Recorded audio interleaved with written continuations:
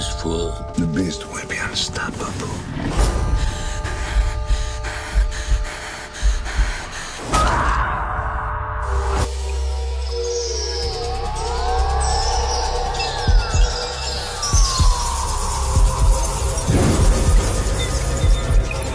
The beast among us.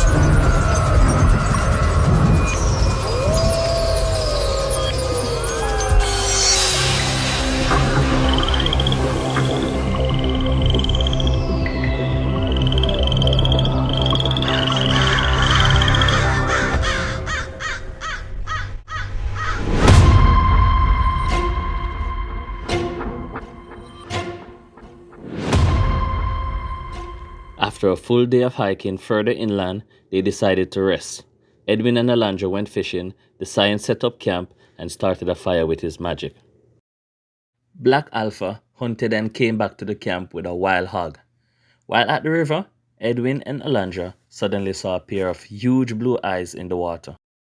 Suddenly, the body of the creature surfaced. It was a huge and strong albino crocodile. He immediately attacked them. They had to run for their lives. While being chased by the giant reptile, who was tearing down bushes to catch his prey, they ended up reaching the end of the river, which is the head of a 50-foot waterfall. With the crocodile closing down on them, they decided to jump, which saw them escaping the jaws of death. In panic mode and fear that the crocodile might still appear, they decided to swim towards the falls, where they found a small cave to hide for the night. Darkness came down, and the Science realized something was wrong because Edwin and Alondra never returned. He decided to take Black Alpha with him to find them both. The wolf sniffed for a trail of his master, which led them to the head of the waterfalls. With only the full moon, there wasn't enough visibility below, so he decided to return to the campfire and resume search in the morning. Being extremely cold, Alondra and Edwin began to cuddle, with spike and interest of intimacy. They began to kiss each other passionately, which initiated sexual intercourse. After that heated segment, they both went to sleep.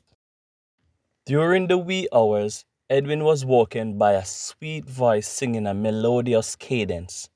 So mesmerized by what he is hearing, Edwin decided to investigate. Looking through the waterfalls, he saw a beautiful green-haired woman singing and playing a harp at the riverside. Edwin decided to swim closer when he realized that the woman's lower body carries the features of the lower half of a fish. She is a mermaid, which was known locally as river mummy, which was thought to be extinct decades ago. Edwin never knew the history of this mythical creature. He was being hypnotized by her voice to come to her so she could eat him.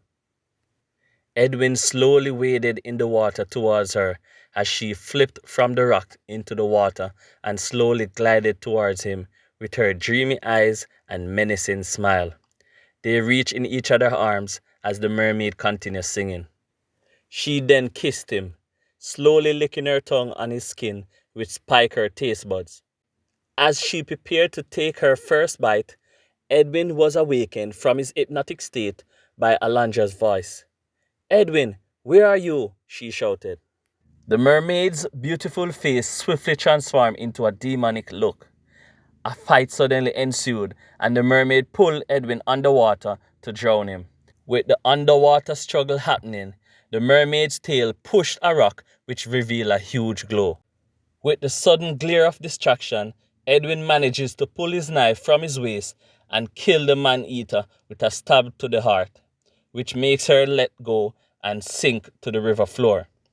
He quickly went up for oxygen, where he saw Alondra at the riverside. Grasping for breath, he shouted, "I found it!" With a big inhale, he went back under and picked up the diamond, then swim back to land. "Nothing is happening. Maybe I'm not the one," he said to Alondra. Shortly after, the glow stopped, and the diamond sank in his hand middle, then disappeared. Suddenly a burst of light came down from the sky and penetrated Edwin for 3 minutes.